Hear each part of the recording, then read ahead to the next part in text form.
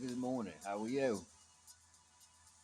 I'm Dr. Will Williams, hailing from Lodge 374 under the Grand Lodge of Minnesota. It's a very beautiful afternoon here in the Sunshine State of North America. Of course, in the circumstances, the Deputy uh, Grandmaster Brother David Wicker Jr. is our worshiper master, the Lord, and give greetings and salutations to the large brethren and our sisters and our chapter as well. I just want to give a heads up. Of course, we're going to do a lot more um, of that as we get closer to my next lecture. It is going to be about the naturalist and karma. Now, the naturalist is going to be a very specific term uh, or reference because I'm in the process of onboarding the council of the Spiritual Naturalist Society. I became a member, and we've so much in common. We find during an interview for voluntary activity or opportunity, I felt that I was compelled to inquire more about receiving the notice of the opening for those who are into volunteering, in which there's a number of memberships pinned to me personally, because maybe I'm what's called a frat rat, or just a student in life. No matter what, though I am Grandmaster, I'm also a Holy Discordian Pope, a fifth degree Episcopal Sexual in the House of Eris, and I've been master over the lodge before, um, and you know I've become a most worthy grand patron, and so I like to work along with the Order of the Eastern Star chapter, matrons, associate matrons, sisters, etc. Um, just as much as my Masonic brethren, uh, and so some of the things I'm endeavoring are Masonic related, or, and some of them are not. And the Spiritual Naturalist Society is something that's going to be a treat for you. What I'm going to talk about regarding the karma is not just the broad spoken word, if you will, rather very specific, as I usually do whenever I present to perform a lecture.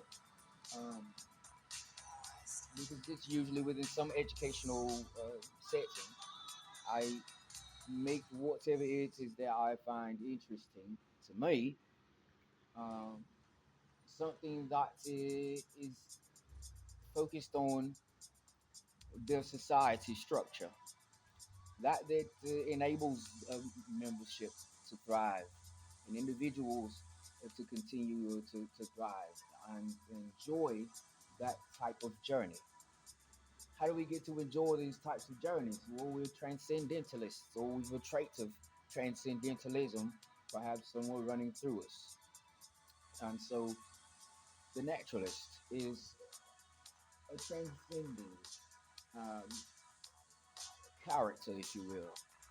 And karma, well, we're in an age where we are learning that a lot about karma has mostly be associated with negative or consequential things or situations.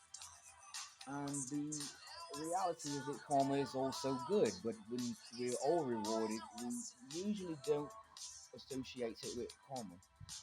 We're so excited and so elated and alleviated and relieved of what probably has been quite a battle. Nonetheless, that it's karma as well, and we are rewarded for our good deeds as well. Uh, Accordingly, so we reap what it is that we sow that is not good. But we're going to learn how to define or identify with karma and how to deal with it and how to handle it. Because well, it's not majority on leaning to one side and on the other side there's the lesser or the latter. Karma has to do with good and bad. Well, let me rephrase that and say good or bad. So uh, it's defined as a spiritual path, and that's karma. And a lot of time we think karma is again a consequential thing for something we've not done right or something that we've not done good, and that's more of what we're going to learn about and associate with what's called a karmic cycle.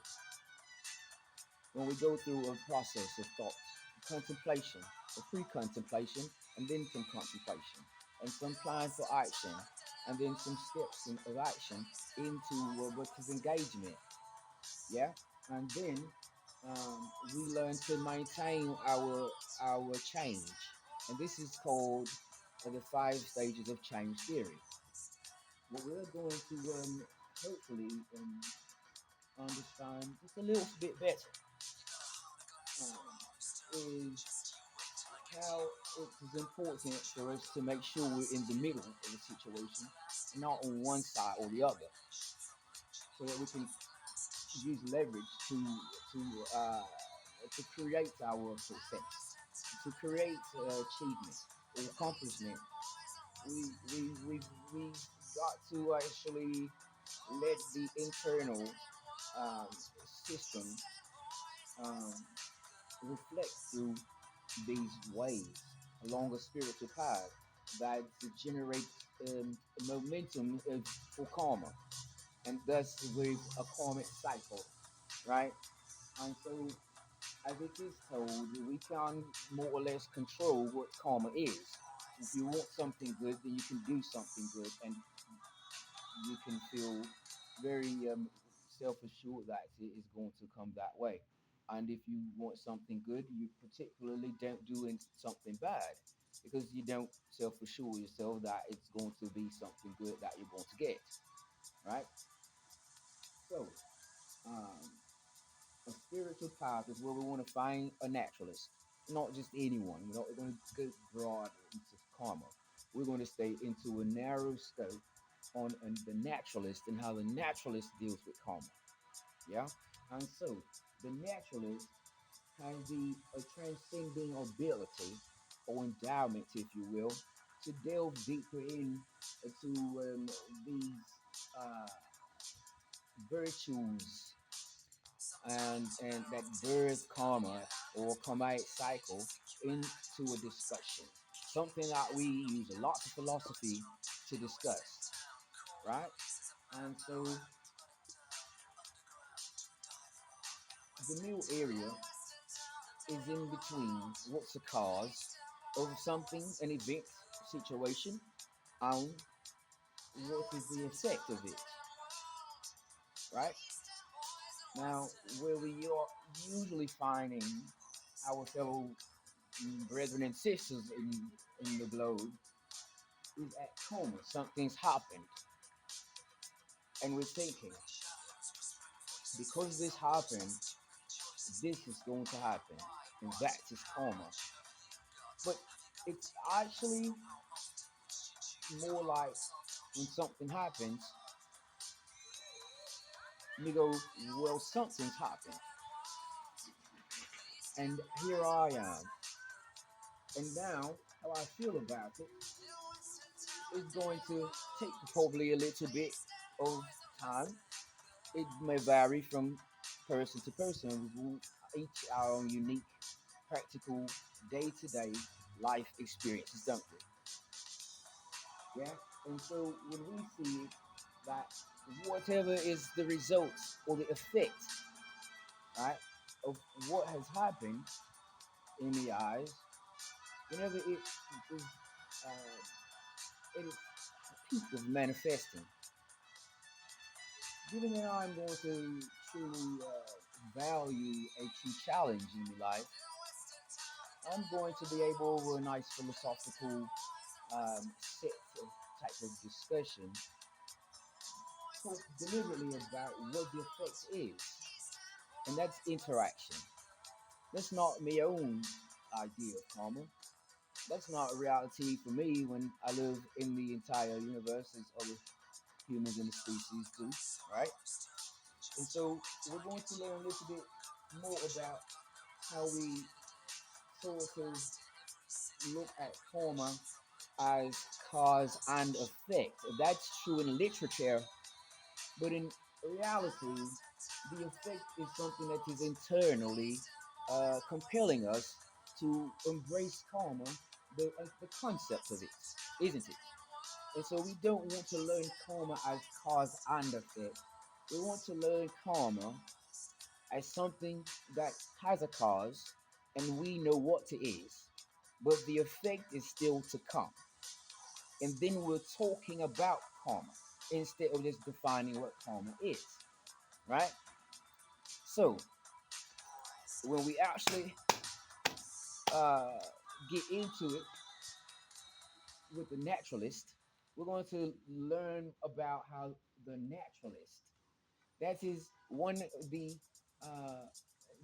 spiritual naturalist society is a very intellectual association. You've got your scholars, your leaders, those who have the higher mind, the higher manners. They have control or awareness regard to the lower manners and of probably conscientious and aware of the different layers of the human being. And when we get sort of philosophical about it, right? About wisdom and how essentials in life are to be used. Um,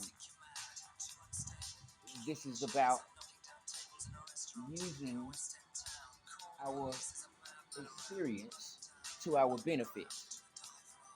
Yeah. So when we see, or we learn, or we watch it, uh, you'll tingle tune in, whatever it might be, right? As long as hopefully y'all are there with me, um, we're going to see how karma is a spiritual power.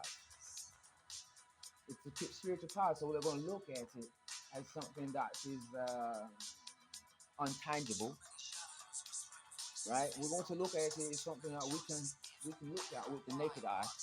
So let's look at it a spiritual path. Well, the spiritual path is not tangible either. However, let's look at our path, just the normal path, and then see ourselves on that path, right? We can't have one hand in one pocket and one hand on the other and concentrate on a path, right? That is a spiritual path. We've got to be free, right? And clear and conscious and mindful when we're on a spiritual path.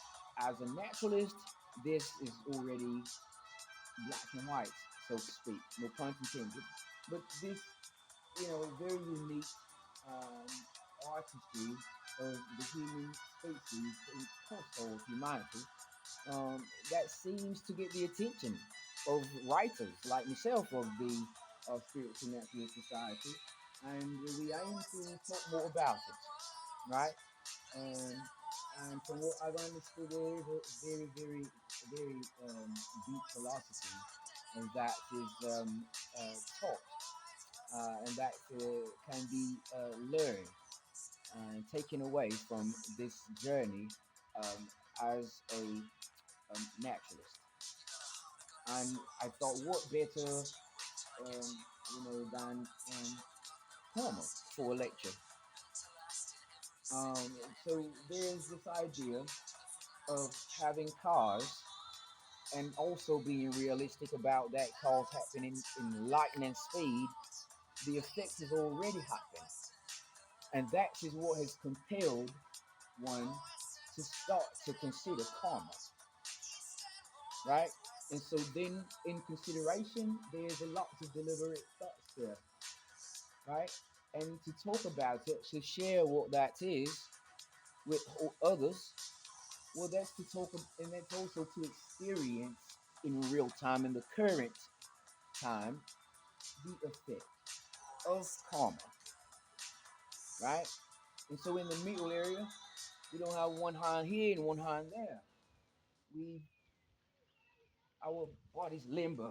We have a limber kind of composition going on, right? And so this is how we want to keep our mind, and this is the type of mindfulness that we want to learn to adopt, implement it, yeah? And because that's how to understand karma. That's also how to, over our practical life experience, over what is doing good deeds and the idea of virtue and value and consciousness and awareness, yeah, of having a value, of having a quality perspective for karma in one's own personal journey. So that it doesn't sort of project out to the next person and to regard what karma is doing in that person's life and try to learn from that example about what karma or what our own deeds actually have in store for us. We don't want to do that, right? And so what we're learning, hopefully, is that we've got karma and it's going to always be around. It's inevitable. Thus, what we want to learn is how to look towards karma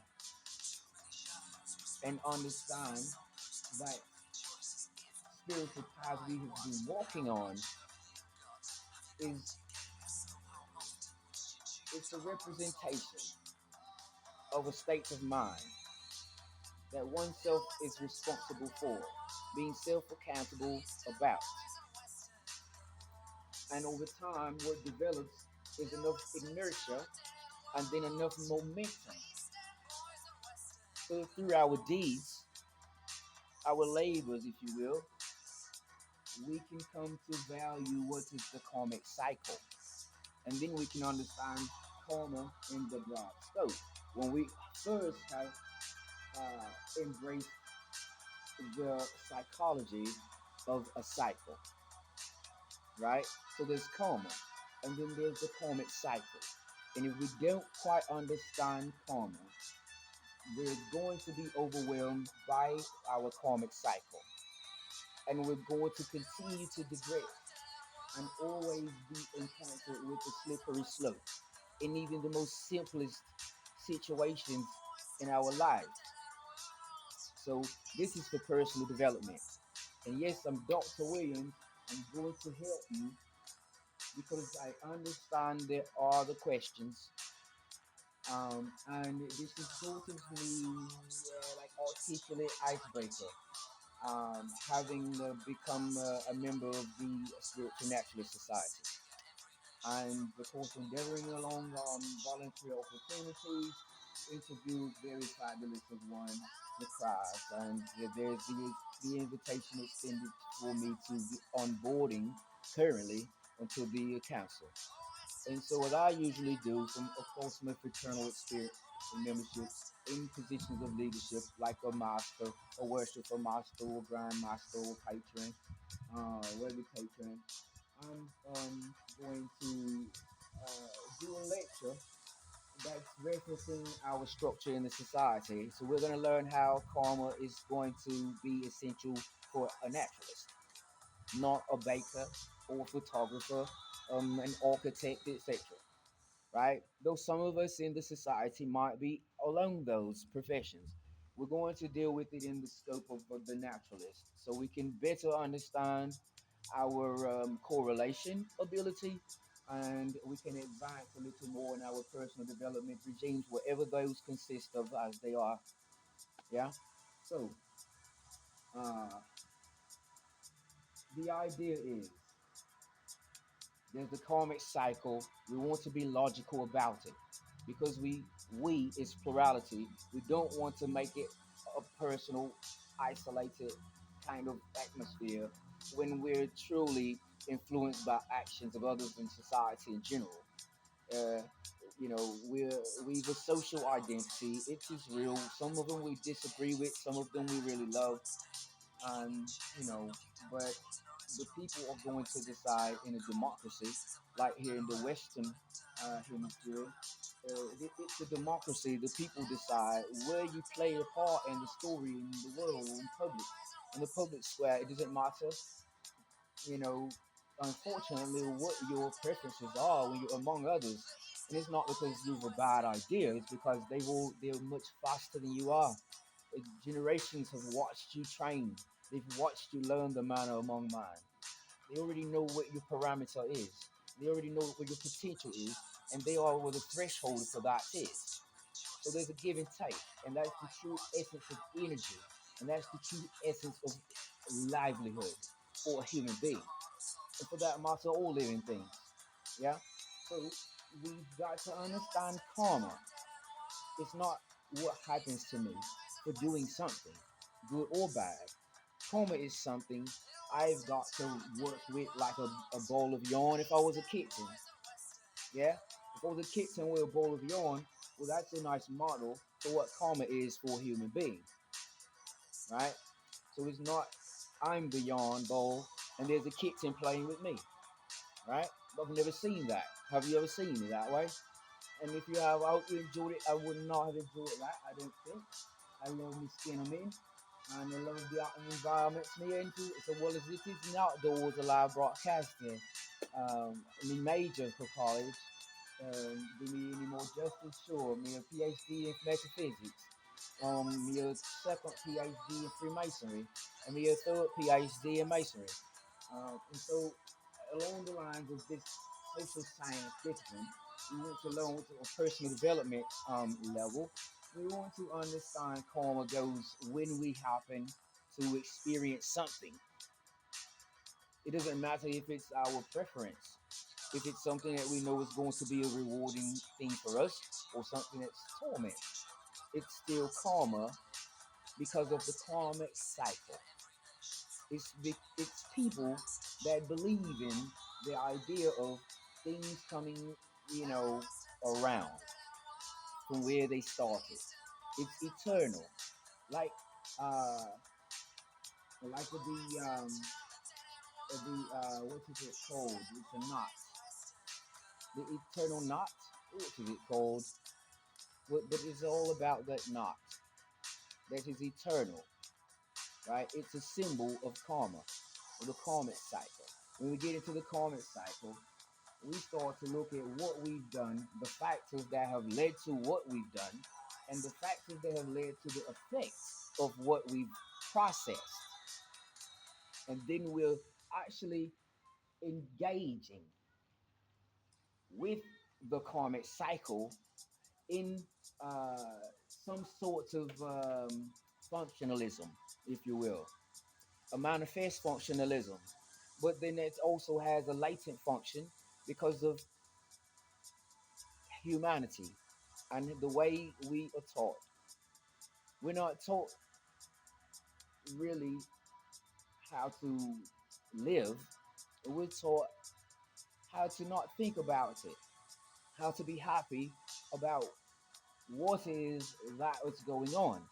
And but as we age, we start to modify a lot of those words, and we modify the way we walk on our spiritual path. Yeah, and that's not bad.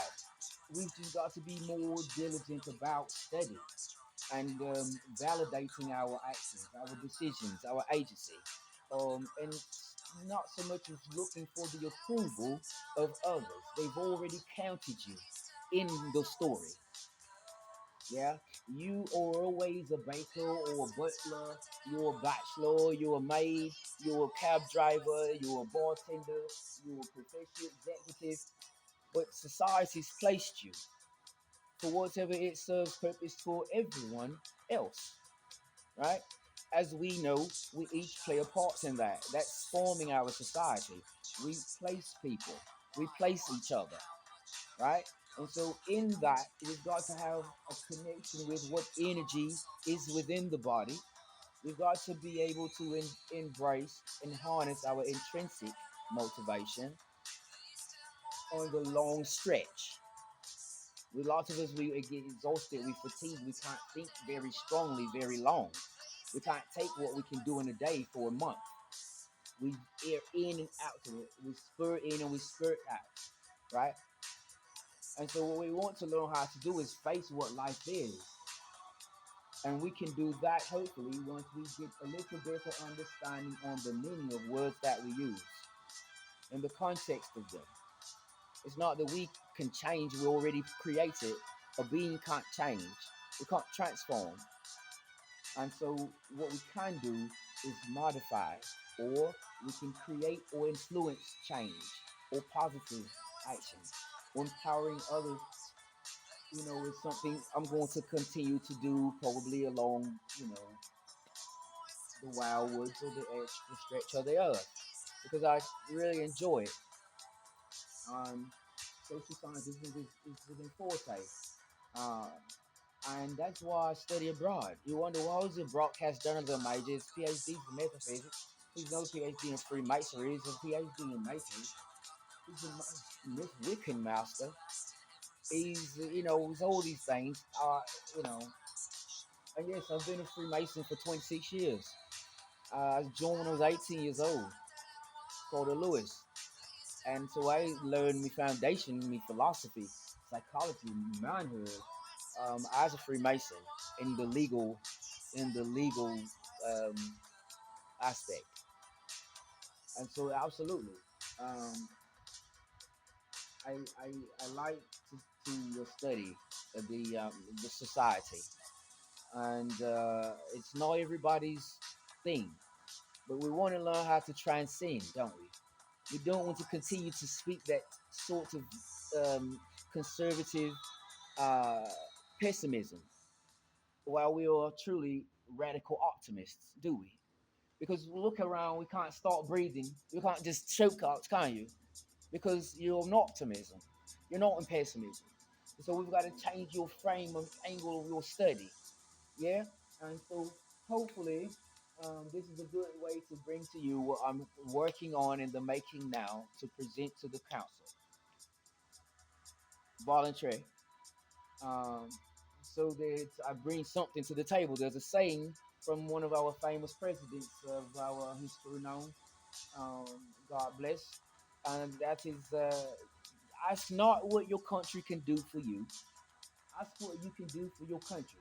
And that resonates with me as I join societies and I become, uh, you know, a better me. I turn me around and project that, yeah, instead of look at what my steps are worth while I make steps. I can't be in two places at once. You can't be you can't be a sim. Okay, you can't imitate your machinery. Yeah, you can't do that.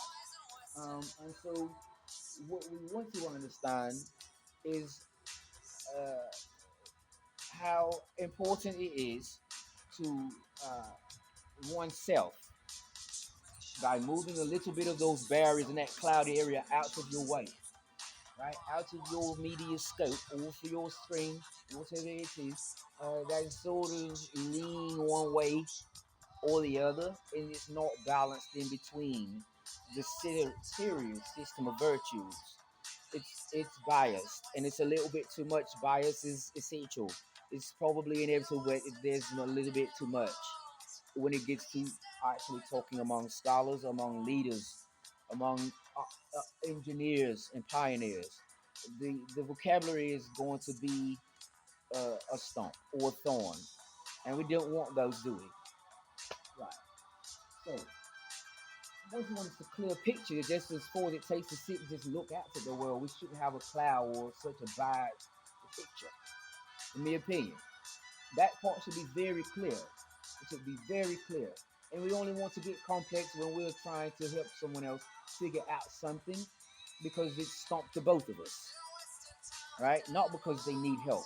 We can't we can't digress into our own karma little tube, because we're really trying to isolate away from societies called enemy. we're really finding ourselves approaching a state of anarchy. We don't want that, and society does not want that either. Yeah. So let's talk about humanity and the naturalist. When I bring the lecture, moving forward, that means after the lecture, moving forward, let's do the naturalist with that hopefully polished edge that this society has a reputation for. Yeah. And so I'm going to get into that, the comet cycle and karma and how the naturalist deals with it, because we're going to talk about karma, and we're going to give some recognition to some writers and what they've had to say about karma. A lot of it is in Sanskrit, it's in Indian, and that is something I work a little with as well as a member of the United Lodge of Theosophists. I'm an associate. I like to help promulgate the study of Theosophy, particularly through the teachers of Theosophy and writings recorded of Harriet, Helena Petrovna Blavatsky. I'm so stuck on Harriet. Helena Blavatsky. And William Q. Judge, and etc. So, it's how there's going to be a nice, intelligent discussion. I don't want you to miss. Um, and so, yes, um, we do want to talk about the naturalist moving forward. When it's just in our dialogue, we don't need to say the naturalist, by the way, or just in case, let's say, the natural, we want to have that, uh, we want to pulsate what's the reality. Yeah, education's not everybody's cup of tea, but we want, regardless, for what it costs humanity to live. Yeah, I mean, must our Savior bear the cross alone and all the world go free? We must accept what it costs to be among people, not just to be a living being, but to be among other living beings and not be a cyclops. We got to face what it is. We got to step in that space so that that space eventually steps to us and knows that we are of good kindred, of good spirit, or we're of good holistic um, derivative or philosophy. Because that's not just your idea of word. That comes in reality through interacting with another person or in society abroad. That's where your education comes from. But we've got to understand we need a little bit of a foot on the brake to slow down a little bit because we don't want to go over the speed limit and get taken out of the study and then continue to live, right? We want to understand what virtue is about, and we don't need to get into a book to do that. We need to get into a book to see what's been said about it. But to learn about it, we want to learn about it. Yeah? So we're going to be very serious and very mature about moving forward in education in the imagination. Your imagination, I'm going to be entreated by. And I welcome it already, you know it. And so, along with me, there's going to be a continued enjoyment of the morning or the afternoon as well, because I'm transcending and getting ready to present the lecture on the track, the naturalist and karma. So that we're going to understand outside of just your natural Joe or your natural JD what karma is. We're going to understand when we go into karma through what karmic cycle. We're going to understand it through a karmic cycle, karma, instead of going on about karma and learning all about karma until we take in the excitement out to what is not to be telepathic. I'm not a telepathist. I don't know a telepathist. And so a new day is a new day in a very sublime kind of reality, isn't it? So we don't want to like bash the real possibility in all metaphysics sake to me, right? I don't know what we do, but I appreciate being able to study metaphysics. You know, I like that. I love it. And so I'm going to be looking. you can feel free to stick around. Hailing from Lodge 374 into the Grand Lodge of Minnesota. And Deputy Grand Master, Brother David Wickle Jr. is our worshipful master. Brother Master Garcia, Brother Richard, um, Brother Wiley, Brother MJ, all my brethren, Brother Hawkins, and sisters. If we didn't name you, I just know intent. And so, and to the SNS, thank you for welcoming me or inviting me on board the council. It was a very surprising um, opportunity and reach out to me. Um, Going to work on a writing as well. And by the way, speaking of writing, I must thank as well in the Minnesota jurisdiction, Ms. Philalethes, brethren, the Philalethes Society. Been a Philalethes Society member for since 2002. And Brother Terry, I was glad I mentioned that. I was overforgotten. Unfortunately, I would have told me about like if I was got off here and then did not mention Brother Tipson. But Brother Tipson, for that matter, Brother Area, our editor of the Philadelphia Society, our quarterly publication. Philadelphia's Journal of Masonic Research and Letters. Each of you, I will see you on the other side of the gate, and I can't wait. I hope you're looking forward to it as well as I am. And we meet upon the level of equality, out by the plumb of uprightness, and pass upon the square of virtues. Dr. Victor Williams, PhD, a medical physician, and your certified Tai Chi instructor. Good day, mate.